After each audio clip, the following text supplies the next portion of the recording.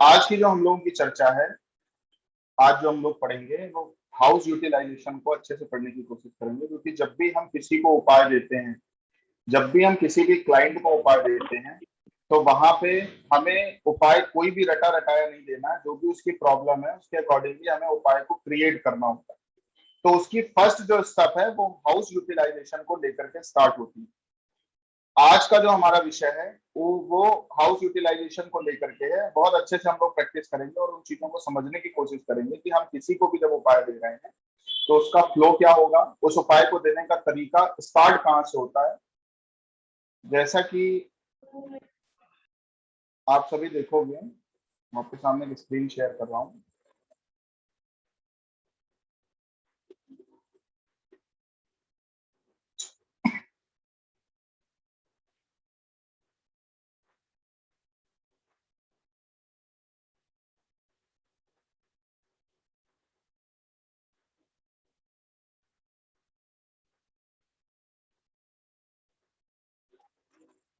तो चार्ट अभी screen share करिए, सबको दिख रहा होगा।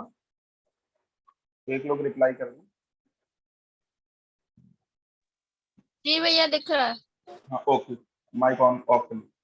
देखिए, सबसे पहले जब भी हम कुंडली को, मतलब एस्ट्रोलॉजी जहां से स्टार्ट होगी उसको हम लोग हाउस यूटिलाइजेशन बोलते हैं। मतलब किसी भी व्यक्ति का कौन सा भाव उसको परेशान कर रहा है, किसी भी व्यक्ति का कौन सा भाव सामने वाले को समस्या दे रहा है, किसी भी व्यक्ति की कौन सी हाउस से रिलेटेड उसको प्रॉब्लम फेस करनी पड़ रही है, उस भाव से रिलेटेड हमें कुछ ना कुछ ऐसी रेमेडी बतानी होती है ताकि वो भाव अपना निगेटिव इन्फ्लुएंस ना क्रिएट करके वो बैलेंस मोड में आ जाए। बात आप मेरी समझ रहे हैं क्या मैं बोला मैंने? कोई भी भाव जब किसी व्यक्ति को किसी भी तरह की प्रॉब्लम दे रहा होता है, उस समय एस्ट्रोलॉजर के पास व्यक्ति आता है।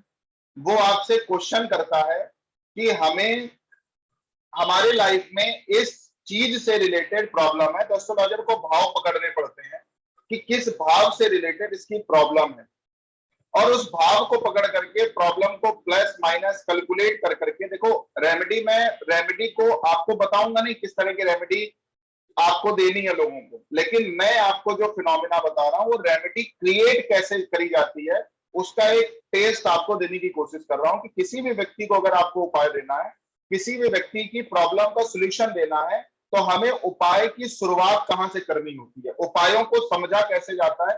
तो सबसे पहले जो क्रम है वो, साइंस भी इस बात को बोलती है कि जो भी भाव आपको प्रॉब्लम दे रहा है उस भाव से जुड़े हुए रिलेशन सुधार लीजिए। उस भाव से जुड़े हुए संबंध को अगर हम सुधार लेंगे, सबसे पहली प्योरिटी होती है संबंध को सुधारना। सेकंड प्योरिटी होती है उस भाव से रिलेटेड जो व्यक्ति हैं उनसे कम से कम संबंध ना सुधारे तो कम से कम उनको हानि ना दे। जब ये दो चीजें व्यक्ति पूरी नहीं कर पाता है, उसके बाद फिर व्यक्ति को उपाय दिए जाते हैं। बिहेवियर सुधारे, उस भाव से जुड़े हुए लोगों के साथ संबंध सुधारे, और इतना भी जब वो नहीं कर पाता है तो थर्ड या फोर्थ स्टेप आती है जब हमें कहीं ना कहीं प्लैनेट्स की, कहीं ना कहीं भाव रिलेटेड सामने वाले को रेमेडी देनी पड़ती है। यही कारण है जितने भी आपको स्पिरिचुअल व्यक्ति मिलेंगे, जितने भी आपको धार्मिक व्यक्ति मिलेंगे, जितने भी लोग आपको धर्म फॉलो करते हुए मिलेंगे, उनको बहुत मेजर प्रॉब्लम नहीं आती। अगर किसी भी तरह से आती भी हैं, किसी भी तरह से आती भी हैं, तो वो उनका परमानेंट सोल्यूशन पहले से ही कर रहे होते हैं, तो उनको इतना उसका निगेटिव टेस्ट फील नहीं होता। लेकिन जो प्रॉब्लम्स मतलब हम लोगों के पास में आती हैं, उनको उन प्रॉब्लम का सोल्यूशन देने की फर्स्ट स्टेप, फर्स्ट प्रायोरिटी क्या होगी, इसकी हम लोग आज बात करने वाले हैं। अगर हम लोग कुंडली को देखें और समझने की थोड़ी सी कोशिश करें, क्योंकि मैं जो आपको ज्योतिष पढ़ा रहा हूं वो ज्योतिष केवल और ज्योतिष लर्निंग के लिए नहीं है, पैसा कमाने के लिए नहीं है। आप एक एस्ट्रोलॉजी को पढ़ने के लिए आए हो तो आपको एस्ट्रोलॉजी का फिनोमेना भी समझना पड़ेगा। वास्तव में ज्योतिष हमें सिखाना क्या चाहती है, वास्तव में ज्योतिष हमें बताना क्या चाहती है, वास्तव में ज्योतिष जो है हमें way of learning, way of मतलब कैसे हमें जीवन जीना है उसका भी कहीं ना कहीं तरीका बताती है। इसलिए ज्योतिष को केवल ज्योतिष एक सब्जेक्ट नहीं बोला गया, इसको एक शास्त्र बोला गया। और शास्त्र ही ऐसे हैं जो हमें जीना सिखाते हैं, जो हमें लाइफ मैनेजमेंट बताते हैं, इसलिए ज्योतिष को भी ज्योतिष शास्त्र बोला गया। तो अगर हम लोग अभी तक जितनी हमारी तैयारी है, अभी तक हम लोगों ने जितना सीखा है, उन्हीं चीजों को अगर एक बार थोड़ा समझने की कोशिश करें, हम लोग फर्स्ट हाउस से किन किन चीजों को जोड़ते हैं? हेल्थ को। फर्स्ट हाउस से हम लोग किन किन चीजों को जोड़ते हैं? अपनी बॉडी अपीयरेंस को। फर्स्ट हाउस से हम लोग किन किन चीजों को जोड़ते हैं? अपनी बुद्धि को, अपनी मानसिकता को। मतलब हमारा जो मस्तिष्क होता है वो कहीं ना कहीं फर्स्ट हाउस ही होता है। क्लियर है सभी को? और हम होते हैं फर्स्ट हाउस में। सेकेंड हाउस को हम लोग क्या क्या बोलते हैं? धन, कुटुंब और वाणी। क्लियर है सभी को? थर्ड हाउस को हम लोग क्या बोलते हैं? मेहनत, पराक्रम, और इससे जो संबंध काउंट किया जाता है वो कहीं ना कहीं छोटे भाई का काउंट किया जाता है। फोर्थ हाउस को हम लोग हर तरह के सुख के लिए लेते हैं। फोर्थ हाउस हमारे व्हीकल का है, हमारे लग्जरी को रिप्रेजेंटेट करता है, शांति है, और इससे जो संबंध जोड़ा गया है वो मदर का जोड़ा गया है।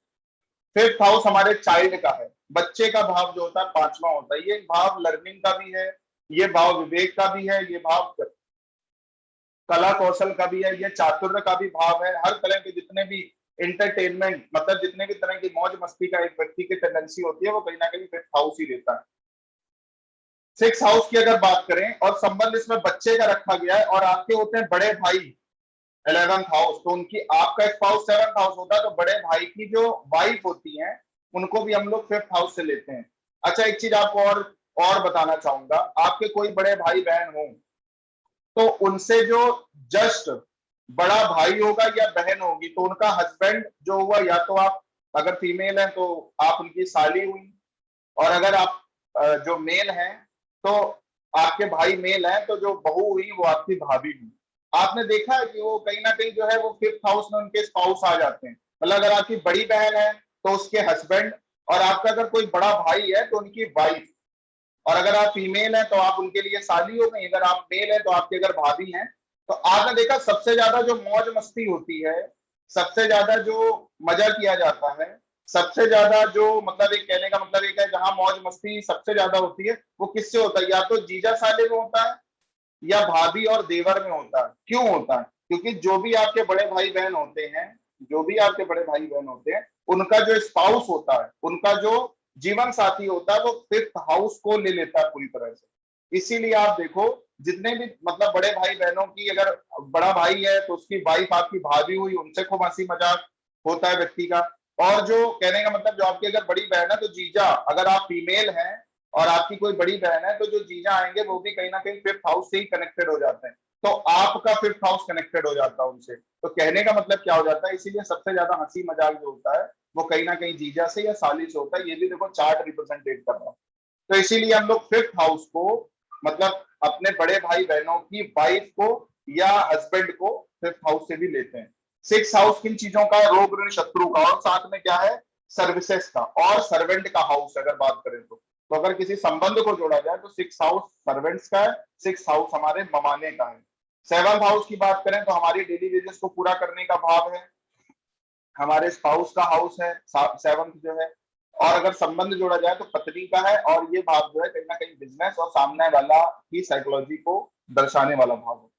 8th हाउस की बात करें तो 8th हाउस हमारे पित्र होते हैं। 8th हाउस हमारा जो है कहीं ना कहीं आपको सबको पता है कि ससुराल को 8th हाउस से काउंट किया जाता है, और ये समस्याओं का, अनर्ट इनकम का हाउस है।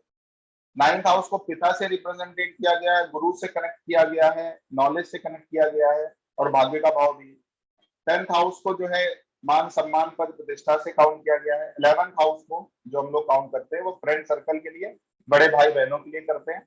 और अगर हम लोग 12th हाउस की अगर बात करें तो 12th हाउस जो है हमारे हर तरह के एक्सपेंसेस का है, और हमारी हर तरह की जो है खर्चे का भाव है, और इसको विदेश से कहीं ना कहीं कनेक्ट किया जाता है। तो अभी हम लोग समझने की कोशिश करेंगे और करने की कोशिश करेंगे सामने वाले, अगर हमारी हेल्थ को, हमें चाहिए कि हमारी हेल्थ पॉजिटिवली एक्टिव रहे, हमारी हेल्थ हमारे अकॉर्डिंगली रहे, तो हमें क्या करना होता है? हमें अपनी बॉडी को कहीं ना कहीं कुछ टहलने में, थोड़ा मूवमेंट में लगाना होता है। और सबसे बड़ी, जितने भी लोग मतलब कहने का मतलब है हेल्थ वाइज वीक होते हैं, कहीं ना कहीं उनका मेंटल स्टेटस आप देखोगे बहुत अच्छा नहीं होता। क्योंकि अगर व्यक्ति मेंटली स्ट्रेंथ में है, अगर व्यक्ति मेंटली जो है कहीं ना कहीं पॉजिटिव एटीट्यूड का व्यक्ति है, तो वो बीमार भी होगा तो उस बीमारी से जल्दी रिकवर हो जाएगा। ज्यादातर लोग बीमार होते हैं और बीमारी में ज्यादा रहते हैं तो कहीं ना कहीं कारण एक ये होता है कि उनकी मेंटेलिटी में वो चीज हावी हो जाती है, वो चीज सवार हो जाती है। इसलिए सामने वाला कभी भी आपसे बोल रहा है ना कि हमें जो है वो मतलब हमारा जो है हमें कोई ना कोई तकलीफ रहती है, हमें कोई ना कोई प्रॉब्लम रहती है, हमें कोई ना कोई बॉडी में या हमारे फिजिकल अपीयरेंस में कोई ना कोई प्रॉब्लम है, तो उसको एक बात हमेशा रेमेडी के रूप में, उपाय के रूप में हमें बोलना चाहिए कि भाई तू पॉजिटिव पहले हो। अगर व्यक्ति निगेटिव बहुत ज्यादा है तो उसकी बॉडी कभी भी उसका साथ नहीं देगी, उसका फिजिकल अपीयरेंस उसका साथ नहीं देगा। तो जो फर्स्ट रेमेडी निकल करके आती है हेल्थ वाइज, जो सबसे इनिशियल रेमेडी निकल करके आती है, वो ये निकल करके आती है कि व्यक्ति तू अपने मतलब सामने वाले को ये बोलना, भाई तू अपनी केयर करना स्टार्ट कर और अपने दिमाग में पॉजिटिव थॉट्स मतलब पैदा कर। बोलते नहीं कि जैसा विचार होता है वैसा हमारा जो है आगे का प्रभाव होता है। तो सामने वाला बोले अगर आपसे कि मेरी हेल्थ नहीं सही है, मेरी जो है फिजिकल अपीयरेंस में कोई ना कोई प्रॉब्लम है, तो आपको सबसे पहली जो उसको इनिशियल रेमेडी देनी है, अभी देनी नहीं है, देना तो बाद में है, कि कैलकुलेट करने का हम लोग पैटर्न समझ रहे हैं। तो जो सामने वाले को पहली रेमेडी दी जाती है वो क्या बोला जाता है, भाई तो पहले अगर सामने वाले ने पॉजिटिव मेंटेन अपना बिहेवियर कर लिया, अपने दिमाग में पॉजिटिव थॉट्स डालने स्टार्ट कर दिए, व्यक्ति पॉजिटिव होना स्टार्ट हो गया और अपनी हेल्थ की तरफ स्वयं से लगन और हेल्थ स्वयं से केयरिंग जब तक व्यक्ति नहीं होता है तब तक उसकी हेल्थ सही नहीं हो सकती, कोई दुनिया का आदमी नहीं सही कर सकता। क्लियर है सभी को? सेकंड हाउस हमें पता है किसका होता है, धन का होता है, कुटुंब का होता है और वाणी का होता है। तो सामने वाले को अगर किसी व्यक्ति की प्रॉब्लम है कि मेरे पास सेविंग्स नहीं हो रही है, किसी व्यक्ति की प्रॉब्लम है कि मेरा मतलब मैं बोलना चाहता हूं, मैं चीजें करना चाहता हूं, मेरे पास जो है वो बैंक बैलेंस क्रिएट नहीं हो रहा, तो उसको सबसे पहले जो मतलब उसको परखने की कोशिश करना और सबसे पहले जो उसको उपाय देना है, उसको एक बात बोलनी है, क्योंकि सेकंड हाउस से हमने कौन सा संबंध शास्त्र ने रखा है, परिवार का, कुटुंब का। तो सामने वाले अगर आपको बहुत सेविंग्स करता हुआ नहीं दिख रहा है, सामने वाला अगर आपको कहीं ना कहीं से जो उसकी लाइफ की जो मेजर प्रॉब्लम है, जो वो आपसे क्वेश्चन कर रहा है, वो ये बोल रहा है कि मेरी सेविंग्स नहीं हो रही है, तो आपको जो पहले रेमेडी देनी है, ज्यादातर उन्हीं लोगों की सेविंग्स नहीं हो पाती हैं, ज्यादातर उन्हीं लोगों की सेविंग्स नहीं हो पाती हैं जो फैमिली से कट जाते हैं। और फैमिली को देखो हाउस कौन सा दिया गया, सेकंड। अगर आपको वेल्दी होना है, अगर किसी भी व्यक्ति को वेल्दी होना है, पैसा सेव करके रखना है, बैंक बैलेंस क्रिएट करना है, तो कहीं ना कहीं फैमिली का टच तो चाहिए ही चाहिए। फैमिली अच्छी हो ना हो, लेकिन हमें अपना पैसा क्रिएट करना है, हमें वेल्दी होना है। तो पराशरी ज्योतिष ने, पराशरी ऋषि ने क्या बोला, दूसरे भाव से संबंध को जोड़ दिया, कौन सा, परिवार का। तो अगर हम फैमिली से संबंध अच्छे रखेंगे, अगर हम फैमिली से अच्छे संबंध रखेंगे तो हमारी सेविंग्स कंटिन्यू होती रहेंगी। दूसरी बात, संबंध रखने का मतलब उनकी इच्छाएं पूरी करना नहीं है। हाउस कौन सा जोड़ा गया है, कौन सा हाउस जोड़ा गया है यहाँ पे, जो सेकंड हाउस में एक चीज और रखी गई है, वाणी। तो अपनी वाणी, फैमिली से कभी भी बोलचाल खत्म नहीं करनी चाहिए, कितना भी आफत क्यों ना आ जाए व्यक्ति को। एक चीज मैं फिर आपसे बोल देता हूं क्लियरी करके, आप उसको चाहे जितनी एस्ट्रोलॉजिकली रेमेडीज दे देना, लेकिन अगर व्यक्ति अपने रिलेशंस नहीं सही कर पाया, व्यक्ति अगर अकॉर्डिंग टू चार्ट नहीं चल पाया, तो ऊपर की जितनी भी रेमेडी हम लोग देते हैं ना, 50,000 की, 1 लाख की, जितने भी उपाय हम उसको सामने वाले को करवा देंगे, कभी भी वो उठ नहीं पाएगा। तो सबसे इनिशियल जो रेमेडी दी जाती है ना, वो सबसे पहले एक एस्ट्रोलॉजर को जज करा जाता है कि वो सामने वाला अपने फैमिली की तरफ रिस्पॉन्सिबल है कि नहीं है, अपनी फैमिली से बातचीत कर रहा है कि नहीं कर रहा है। तो अगर हम ये चीज ही सामने वाले को नहीं दे पाए ना, तो उसको बड़े बड़े उपाय आप दे देना, आप खुद देखोगे कि वो कहीं ना कहीं फेल होता हुआ दिखेगा, वो उपाय काम करते नहीं दिखेंगे। तो अगर सामने वाला कहे मेरी सेविंग्स नहीं हो रही, तो उससे सबसे पहला क्वेश्चन होना चाहिए, आप उसको उसकी लाइफ में झांक के देखना थोड़ा सा, तो वो कहीं ना कहीं अपनी फैमिली से बोलचाल अगर सामने वाला बंद कर देगा, उसके बाद कितने भी बड़े उपाय वो करने की कोशिश करेगा, वो कभी भी जल्दी उस स्तर का नहीं हो पाएगा जिस स्तर का उसको वास्तव में होना चाहिए। हो भी जाएगा तो वो स्तर क्रिएट नहीं होगा जिस तरह से हुआ जा सकता है। थर्ड हाउस को हमने किससे जोड़ा गया, करीजियस को, जुनून से थर्ड हाउस को जोड़ा गया है, संघर्ष से जोड़ा गया। कोई व्यक्ति कहे पंडित जी मैं बहुत एफर्ट्स कर रहा हूँ, मैं बहुत प्रॉब्लम मतलब मैं बहुत मेहनत करता हूँ, लेकिन मेरे जो है वो काम नहीं बन रहे, मैं बहुत मेहनत कर रहा हूँ लेकिन हमारे जो है कहीं ना कहीं से एफर्ट्स होने के बाद भी हमारा जो है कहीं ना कहीं से काम ग्रो नहीं कर रहा है, या मुझे उसके बदले में पॉजिटिव रिस्पॉन्सेस नहीं आ रहे हैं। तो सामने वाले से एक बार पूछना या आप देखना खुद कि अगर हमने अपनी पूरी की पूरी लाइफ में अपने छोटे भाई बहनों से संबंध खराब कर लिए, वो हमें क्या समझ रहे हैं वो बात दूसरी है, वो हमें कैसे ट्रीट कर रहे हैं वो बात दूसरी है, उनके दिमाग में हमारे प्रति कैसा आदर है वो दूसरा है। लेकिन अगर हमें एफर्टलेस लाइफ चाहिए, हमें ये चाहिए जिस भी काम में हम हाथ डाल दें वो काम हमें सक्सेस तक ले जाए, तो हमें सबसे पहले ये ध्यान देना होता है, एक एस्ट्रोलॉजर को सबसे पहले ये ध्यान देना होता है कि हमें सबसे पहले अपने भाई से संबंध सुधारने हैं।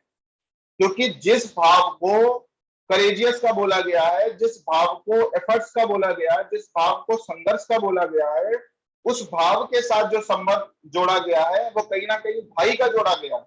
और थर्ड हाउस को हम लोग हाथ बोलते हैं, थर्ड हाउस को हम लोग सहायता का भी भाव बोलते हैं। तो अगर हम अपने भाई बहन की किसी भी तरह से, छोटे भाई बहन की किसी भी तरह से सहायता करते हैं, उनके ग्रो में उनके किसी भी तरह की हेल्प करते हैं, तो हमारे थर्ड हाउस से रिलेटेड जो संघर्ष हैं, जो एफर्ट्स हैं, तो हमारी लाइफ अपने आप एफर्टलेस होना स्टार्ट हो जाती है।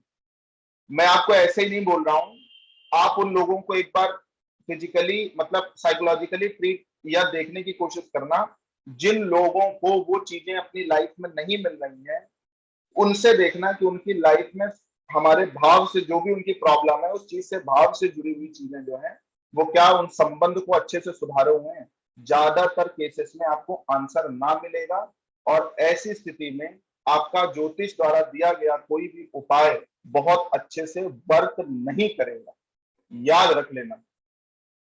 ठीक है, आगे बढ़े। फोर्थ हाउस को सुख से जोड़ा गया।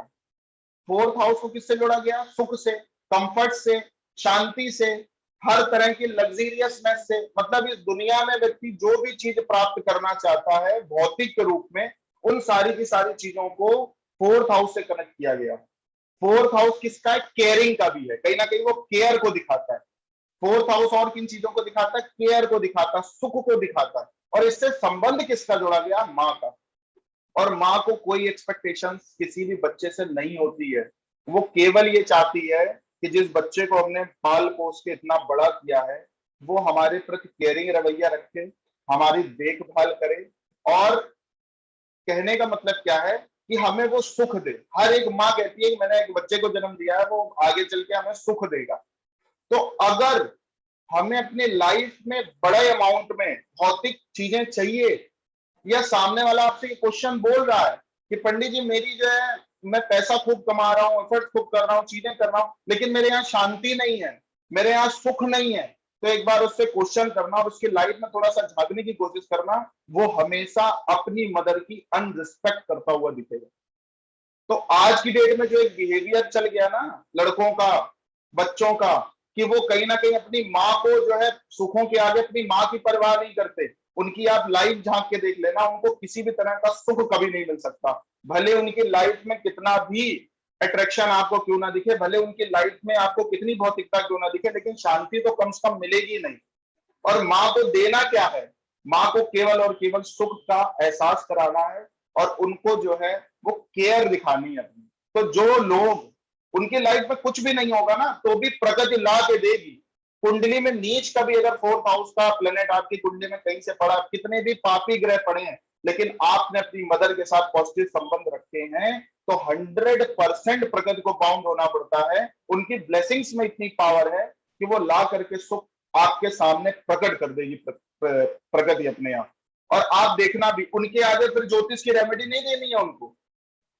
अगर केयरिंग नेचर होने के बाद भी उनको किसी तरह का एफर्ट्स आ रहा है, मदर की पहली बात तो आएगा ही नहीं, प्रॉब्लम ही नहीं आ सकती कभी, फिर भी आ जाए फिर उपाय दिए जाते हैं ज्योतिष के। मैं जो आपको बता रहा हूं वो चीजें, मतलब कहने का मतलब क्या है कि इन चीजों पे अगर पकड़ बना ली ना, इन चीजों पे अगर ध्यान दे दिया ना, तो एक भी बंदा आपकी लाइफ में ऐसा नहीं आएगा जो ये बोले कि आपने मुझे कोई उपाय दिया और वो उपाय काम नहीं कर रहा। ठीक है, आगे बढ़े।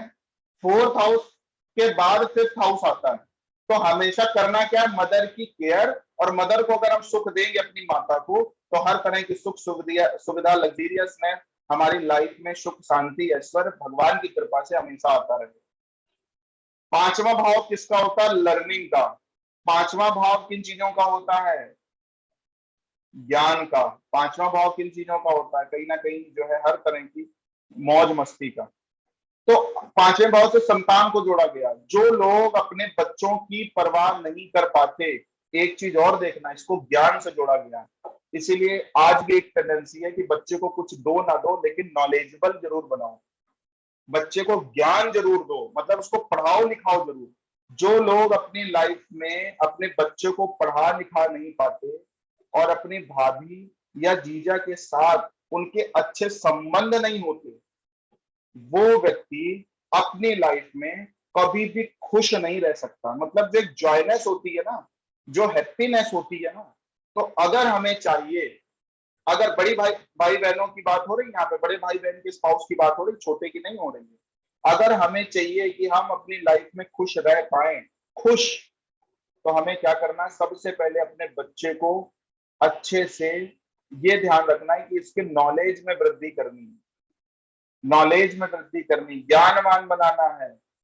और जितना भी हमारे पास नॉलेज है, कहीं ना कहीं उसके दिमाग में डालने की कोशिश करनी है। मतलब जो कुछ भी हमने सीखा है, वो हमें केवल और केवल जन्म नहीं देना, उन चीजों को भी उतनी केयरफुली अपने बच्चे को सिखाना भी है। वो सारे के सारे रूल्स, वो सारी के सारे जो है धर्म, वो सारा का सारा जो एक सार है शास्त्र का, वो अपने बच्चे को टीच करना है। देखो फिफ्थ हाउस टीच का है, अपने बच्चे को टीच करने का हाउस है, टीच करना है।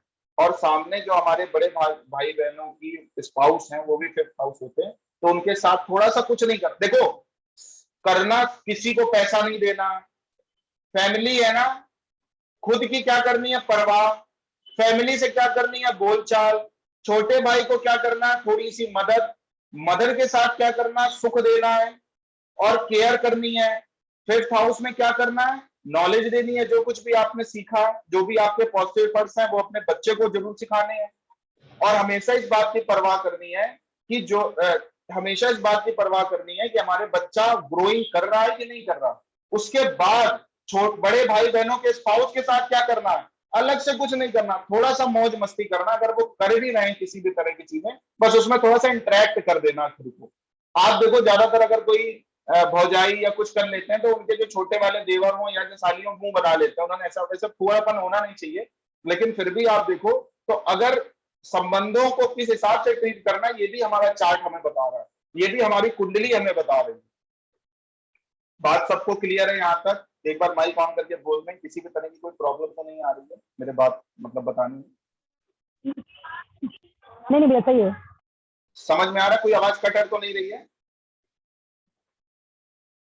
नहीं भैया सही है। नहीं सही है ना, बेटर है सब कुछ? ओके जी जी भैया। ओके, बढ़ते हैं आगे।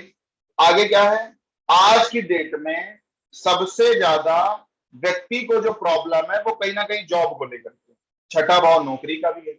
आज की डेट में जो एक बिजनेसमैन की प्रॉब्लम है, वो ये है कि मेरा पैसा नहीं आ रहा, पैसा नहीं आ रहा। और क्या प्रॉब्लम है, जॉब की प्रॉब्लम है, नौकरी नहीं मिल रही, इससे रिलेटेड प्रॉब्लम है। या जो बच्चे थोड़ा सा कॉम्पिटेटिव एग्जाम में है, वो ये बोलते हैं जो है कितना भी, मैं जो ये चीजें बता रहा हूं ना, इसमें उच्च नीच कुछ नहीं देखना है, उच्च नीच अभी कुछ नहीं देखना है। अभी मैं केवल केवल चार्ट हमसे बोलना क्या चाह रहा है, चार्ट हमें बताना क्या चाह रहा है, चार्ट हमें वास्तव में टेस्ट क्या देना चाह रहा है, चार्ट हमें वे ऑफ लाइफ क्या बताना चाह रहा है। मैं ये इसलिए आपको चीजें बता रहा हूं ना, क्योंकि ये आज की डेट में ये चीजें विलुप्त हो गई हैं। 20, 25, 30 क्लासेस में केवल आपको एक पढ़ा दिया जाता है, बता दिया जाता है, लेकिन हमें वास्तव में पता नहीं होता है कि हमें कुंडली वास्तव में बताना क्या चाह रही है। तो अगर वो चीज ही अगर आपको बेसिक में पता नहीं चला, वो चीज का टेस्ट ही आपने नहीं लिया, तो एक अच्छे एस्ट्रोलॉजर होने से बड़ी से बड़ी चूक हो जाती है। तो आगे हमारा सिक्स हाउस किन किन चीजों का है, इसको देखना और उससे संबंध जो जोड़े गए हैं उनको एक बार देखने की कोशिश करें। छठा भाव नौकरी का है, छठा भाव हमारे पैसे का है, जो पैसा में जो है किसी भी सर्विस के थ्रू आता है वो है, ठीक है, सामने वाले का पैसा। तो अगर हमारी लाइफ में किसी भी व्यक्ति की लाइफ में ये प्रॉब्लम चल रही है कि उसको नौकरी नहीं मिल रही, या कोई बिजनेसमैन है उसका पैसा नहीं आ रहा है, या किसी को दिया है वो पैसा रिफंड नहीं हो रहा, वो बात दूसरी है कि आपने क्या दिया, कैसे दिया, कितना दिया। लेकिन जो उपाय लेवल पे आपको काम करना है, वो क्या करना है, अगर आप एक सर्वेंट हैं, अगर आपकी जॉब में प्रॉब्लम आ रही है, तो इसका मतलब आप बेस्ट सर्विस नहीं दे रहे होंगे। नौकर जैसा जब आप बिहेव करना स्टार्ट कर दोगे ना, नौकर जैसा बिहेव जब आप करना स्टार्ट कर देते हो, उसी टाइम पे आपकी जॉब अपने आप आपके हाथ में हो जाती है। दूसरा, अगर आप देखो तो ये दूसरे के हाथ का पैसा, मतलब जो आपको सर्विस के थ्रू पैसा आता है वो कहीं ना कहीं 6 हाउस है। तो अगर जिन लोगों को बिजनेस में ये प्रॉब्लम आती है, जिन लोगों को बिजनेस में ये प्रॉब्लम आ रही, मेरा पैसा रुक जाता है, मेरा पैसा पूरा का पूरा आ नहीं पाता, लोग मुझे पैसा नहीं दे रहा है, तो संबंध जो सुधारने की पहली जरूरत है वो आपके सर्वेंट यहीं से देखे जाते हैं, जो आपके पेट एनिमल यहीं से देखे जाते हैं। और 6 हाउस सेवा का है, सेवा देने का, ठीक है। तो जो लोग अपने सर्वेंट को सही से ट्रीट नहीं करते हैं, जो अपने सर्वेंट की किसी भी तरह की प्रॉब्लम है ना, 6 हाउस रोग ऋण शत्रु, ठीक है, जो अपने सर्वेंट की जरूरत पड़ने पे किसी भी तरह की मदद नहीं करते हैं, उनकी किसी भी प्रॉब्लम से बचने की कोशिश करते हैं मालिक, उनको प्रकृति कभी भी उनकी पूरी की पूरी पेमेंट की रिकवरी नहीं करा सकती है। या जिन लोगों को रिकवरी पूरी की पूरी मिल रही है, आप उनको एक बार देखना, एक बार एनालिसिस करने की कोशिश करना कि वो अपने सर्वेंट के लिए, अपने जो उनके नीचे जो काम कर रहे हैं लोग, उनके लिए कितने रिस्पॉन्सिबल होते हैं। एग्जाम्पल रतन टाटा का देता हूं। जब आपको पता है कि जब उनके ताज होटल में आतंकवादियों ने हमला किया था, उसके बाद जो है उनके यहाँ जितने भी लोग वहां पे बंद थे, यहाँ तक रेडी चलाने वाले या जो लोग उनके या स्टाफ में काम करते थे, सब लोगों का ट्रीटमेंट, सब लोगों को फाइनेंशियली हेल्प रतन टाटा ने। और जो खत्म हो गए, सपोज अगर किसी की गोली चलने से या किसी भी तरह से आतंकवादियों के द्वारा मार दिए गए, उनकी फैमिली की रिस्पॉन्सिबिलिटी अभी तक रतन टाटा निभा रहे हैं। तो अगर आपको चाहिए ना कि आपको बिजनेस में ग्रो करना है, आपका एक भी रुपए मार्केट में ना फंसे, या आपकी जॉब निरंतर चलती रहे, तो हमेशा इस बात पर, जॉब है तो बेस्ट से बेस्ट एफर्ट्स डालिए, मतलब बचने की जरूरत नहीं है उससे, ठीक है। लेकिन अगर आप एज ए बिजनेसमैन हो और आपका पैसा कहीं से फंस रहा, आप चाहते हो कि आप लगातार ग्रो करो, आप जितनी चाहो उतना पैसा आपके पास हमेशा आता रहे, तो जो भी व्यक्ति अपने सर्वेंट्स की तरफ, सर्वेंट की केयर नहीं करेगा, उनके सुख दुख में उनकी मदद नहीं करता है, वो व्यक्ति कभी भी बहुत अच्छे बिजनेस को रन नहीं कर सकता। अगर कर भी जाए तो उसका पैसा फंसेगा जरूर। ये हमें कुंडली सिखा रही है। मैं अपनी कोई बात आपसे नहीं शेयर कर रहा हूं, जो हमारा चार्ट हमें सिखाना चाहता है वो चीज आपके पास लेके आ रहा हूं। और ऐसे लोगों की प्रॉब्लम आप सॉल्व करोगे, आगे लोग कहेंगे मेरा पैसा फंस रहा है, वो फंस रहा है, तो 2-4 क्वेश्चन करना, वो तो आदमी, हर आदमी हाँ बोलता है, लेकिन आप वास्तव में उनके दिल में और उनके चीजों में झांकने की कोशिश करोगे, उनकी चीजों को समझने की कोशिश करोगे, तो कहीं ना कहीं जो आपको प्रॉब्लम दिखेगी वो उनके, कहीं ना कहीं आप देखोगे कि वो कहीं ना कहीं अपने जो भी उनके सर्वेंट है उनकी तरफ केयरिंग नेचर में नहीं होंगे। 6 हाउस षडदोष का भी होता है, तो जो अपने 6 दोषों पर विजय प्राप्त कर लेते हैं उनका 6 हाउस अपने आप अपलिफ्टेड हो जाता है। तो हमें कभी किसी से ईर्ष्या नहीं करनी है, हमें किसी से राग द्वेष ईर्ष्या मोह मत्सर, इस तरह के मैंने आपको षडदोष बताए थे, वो भी 6 हाउस है। तो ये सारी की सारी चीजें भी अगर हम डेवलप कर लेंगे अपने पास, तो हमारी कभी भी 6 हाउस हमें किसी भी तरह की प्रॉब्लम नहीं देगा। और आपको पता है 6, 8, 12 सबसे बड़ी प्रॉब्लम क्रिएट करते हैं हमारी अपनी पूरी की पूरी लाइफ में। क्लियर है यहाँ तक सभी को? किसी को कोई डाउट हो तो माइक ऑन करके बोलिए। नहीं। उसके बाद आते हैं क्लियर 7th हाउस है। में। 7th हाउस में आते हैं। 7th हाउस से किनको जोड़ा गया? 7th हाउस में हमारी पत्नी को या पति को, मतलब हमारे स्पाउस को जोड़ा गया है, जीवन साथी को जोड़ा गया है। आपको पता है 7th हाउस डेली वेजेस का है, मतलब जो हमारी रूटीन होती है ना खाने पीने की। आप एक चीज देखना, जो भी व्यक्ति अपनी, आप एक चीज देखना कि जो भी व्यक्ति अपनी पत्नी की, अपनी पत्नी की परवाह नहीं करता, उनके घर में खाने के भी लाले होते, या लड़ाइयां जब होती हैं जब खाने के लाले पड़े हों। सबसे ज्यादा अगर कोई प्रॉब्लम क्रिएट होती है घर में पति पत्नी की, किसी भी तरह की आप लड़ाई देखना, तो जब खाने पे समस्या आ जाती है ना, तभी कोई पति पत्नी एक दूसरे से लड़ते हुए आपको मिलेंगे, ज्यादातर फीमेल्स। तो अगर हमें चाहिए ना कि हमारी लाइफ में 7th हाउस और किन चीजों का, बिजनेस का, अगर हमें अपने बिजनेस को रन कराना, हमें सामने वाले की साइकोलॉजी को पढ़ना ही पड़ेगा, हमें अपनी स्पाउस की साइकोलॉजी को पढ़ना पड़ेगा। वो कैसा भी हमारी लाइफ में आ गया है उसके हिसाब से हमें चलना पड़ेगा। अगर हम नहीं चलेंगे तो यकीन मानना आप उनकी लाइफ एक बार देखो, जो अपनी पत्नी की बहुत अनरिस्पेक्ट करते हैं, जो अपनी पत्नी को बहुत यातनाएं देते हैं, जो अपनी पत्नी को बहुत सारी जो है प्रॉब्लम्स क्रिएट करते हैं उनके लिए, आप उनको एक बार केवल उनकी लाइफ देखना और उनके रोज की डेली वेजेस देखना, मतलब खाने के लाले ना दिखें, तब आप मुझे बताना कि जो चीज शास्त्र बता रहा है वो गलत है। तो अगर हमें चाहिए कि हमारी रूटीन बढ़िया रहे, हमारे खाने की या जो कुछ भी हमारी डेली की रूटीन है या जो हमारी पर डे की नीड है वो अच्छे से पूरी होती रहे, हमारी वे ऑफ लाइफ अच्छी रहे, तो हमेशा हमें अपने स्पाउस की केयर करनी है, हमेशा अपने जीवन साथी की परवाह करनी है, हमेशा उसको उसके हिस्से का मान सम्मान देना ही देना है। जो लोग नहीं देंगे वो अपने 7th हाउस को कितनी भी रेमेडी कर लें, वो अपने 7th हाउस को चोट पहुंचाते ही रहेंगे और वहां पे फिर कोई रेमेडी। एक बात मैं फिर बता रहा हूं, ज्योतिष की सक्सेसफुल व्यक्ति ज्यादातर केस में आपको रेमेडी करता हुआ दिखेगा, हर व्यक्ति उपाय करता ज्योतिष के हिसाब से चलता हुआ दिखेगा, लेकिन आप ये कहो कि हर व्यक्ति आंख बंद करके जो ज्योतिषीय उपाय उन्हीं को फॉलो करता हुआ दिखे, ऐसा एक भी व्यक्ति जल्दी नहीं दिखेगा।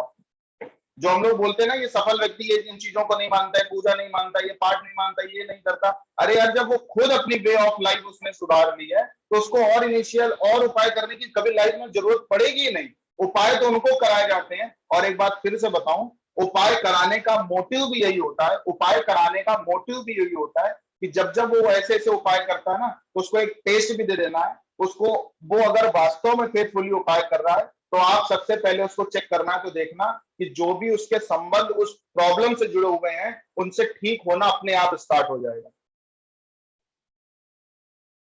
क्लियर है सभी को? 8th हाउस किन चीजों का होता है? अर्नड इनकम का। 8th हाउस किसका? पेन का। 8th हाउस क्या? हर तरह की प्रॉब्लम का। और आपको पता है ज्योतिष शास्त्र में 8th हाउस को पितरों का घर बोला गया है। ज्योतिष शास्त्र में 8th हाउस को ससुराल का घर बोला गया है। हर तरह की जो आफत हमारी लाइफ में आती है, हर तरह की जो प्रॉब्लम हमारी लाइफ में एक आती है, हर तरह की, वो जो आदमी कहता नहीं एक समस्या से निकलता हूं तो दूसरी समस्या पंडित जी मेरे सामने खड़ी बन रही है, एक समस्या से मैं बाहर नहीं आता हूं तो दूसरी समस्या मेरे सामने खड़ी रहती है। उनको एक बार देखना, उनको एक बार परखना, उनसे एक बार बोलना, क्या आप अपने पितरों की उपासना कर रहे हैं? क्या आप अपने पितरों की जो श्राद्ध होती है, श्राद्ध कर्म है, क्या उनके लिए आप रिस्पॉन्सिबल हैं? क्या आप उनके अपने पितरों के प्रति आदर भाव समर्पित कर रहे हैं? क्या आप उनके हिस्से का उनको ग्रेटिट्यूड समर्पित कर रहे हैं? अगर नहीं कर रहे हैं कभी जिंदगी में पूरी की पूरी आपकी प्रॉब्लम आपकी लाइफ से कभी जा ही नहीं सकती। जो व्यक्ति अपनी ससुराल कैसा भी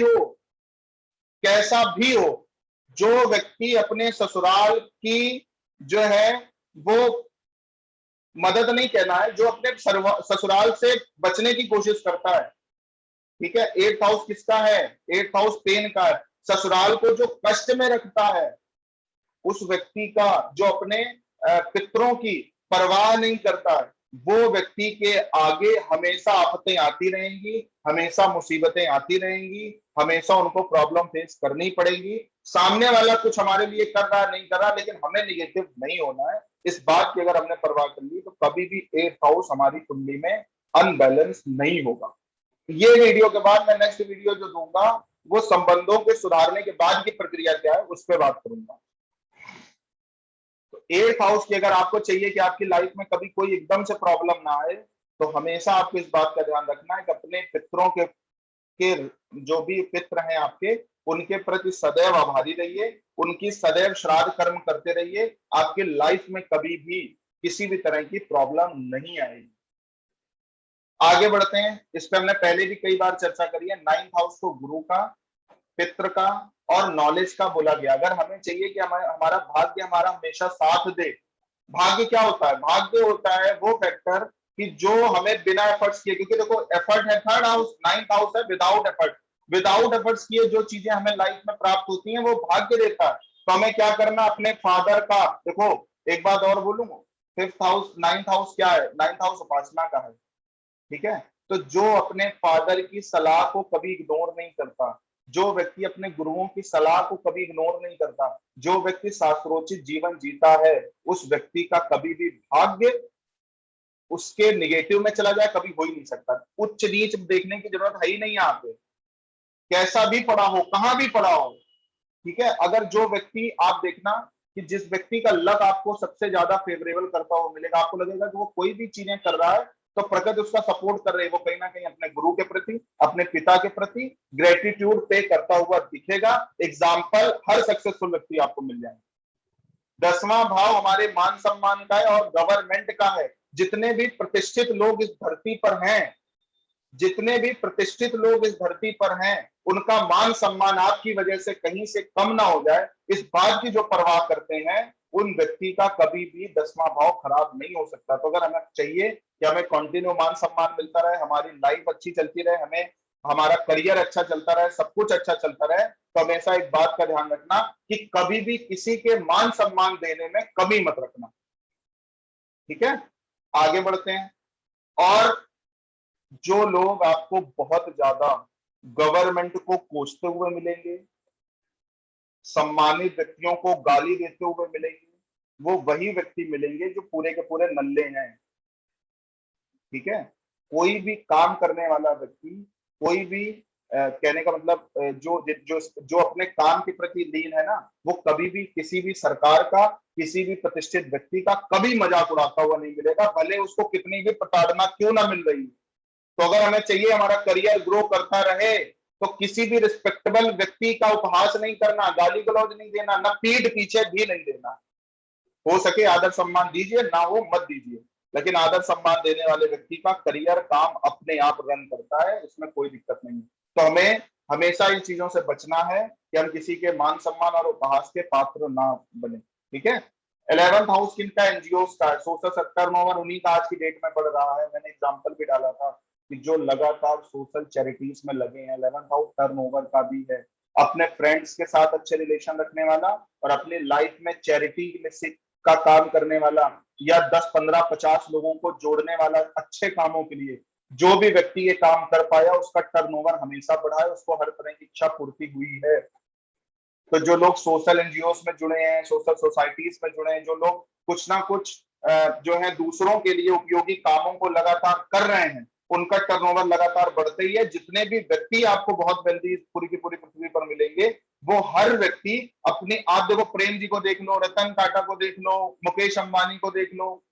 अनिल अंबानी कभी नहीं दिखते चैरिटी करते हो, लेकिन मुकेश अंबानी हर जगह करते हैं, रतन टाटा हर जगह करते हैं, प्रेम जी, अजीत प्रेम जी हर जगह करते हैं। तो जिस व्यक्ति को, और आप देखो तो मतलब उनका रेशियो हजारों करोड़ों में रहता है। वो चाहे तो कह सकते हैं ना भाई मेरा टर्नओवर क्या है, मतलब जितना व्यक्ति दान करता है उतना उसके पास बढ़ता ही है, उतनी उसकी फुलफिलमेंट्स, डिजायर्स पूरी होती ही हैं। यहाँ दान शब्द की बात नहीं है, यहाँ बात है केवल कनेक्ट होने की। तो आप सोशल एनजीओ में कनेक्ट हो जाओ, या किसी भी तरह की जो धार्मिक संस्थाएं हैं जो दूसरों के लिए काम करती हैं, उनमें कनेक्ट होने के बाद आपकी इनकम, आपकी फुलफिलमेंट अपने आप पूरी होना स्टार्ट हो जाती है। आपको कहीं से भी किसी चीज के लिए लाइफ में भटकना नहीं पड़ेगा। 12th हाउस किसका होता है? एक्सपेंसेस का होता है। 12th हाउस रोग का भी है। अगर आपने किसी के रोग में, किसी रोगी व्यक्ति की रोग में किसी भी तरह की चैरिटी कर दी, पैसे खर्चा भी 12वां भाव है ना, और रोग के जो सामने का भाव है वो भी है कि कोई व्यक्ति हॉस्पिटलाइज है, किसी भी तरह की आपने उसमें मदद कर दी, ठीक है, तो हर तरह से आपका जो है 12th हाउस पॉजिटिवली एक्टिव हो जाता है। बहुत नेगेटिव हो, फॉरेन चले जाइए, इन्वेस्टमेंट करिए, इंपोर्ट एक्सपोर्ट का बिजनेस करिए, उससे आपका 12th हाउस के नेगेटिव इफेक्ट्स आने बंद हो जाते हैं। मेडिटेशन करिए, इनसे आपके नेगेटिव इफेक्ट्स आने बंद हो जाते हैं।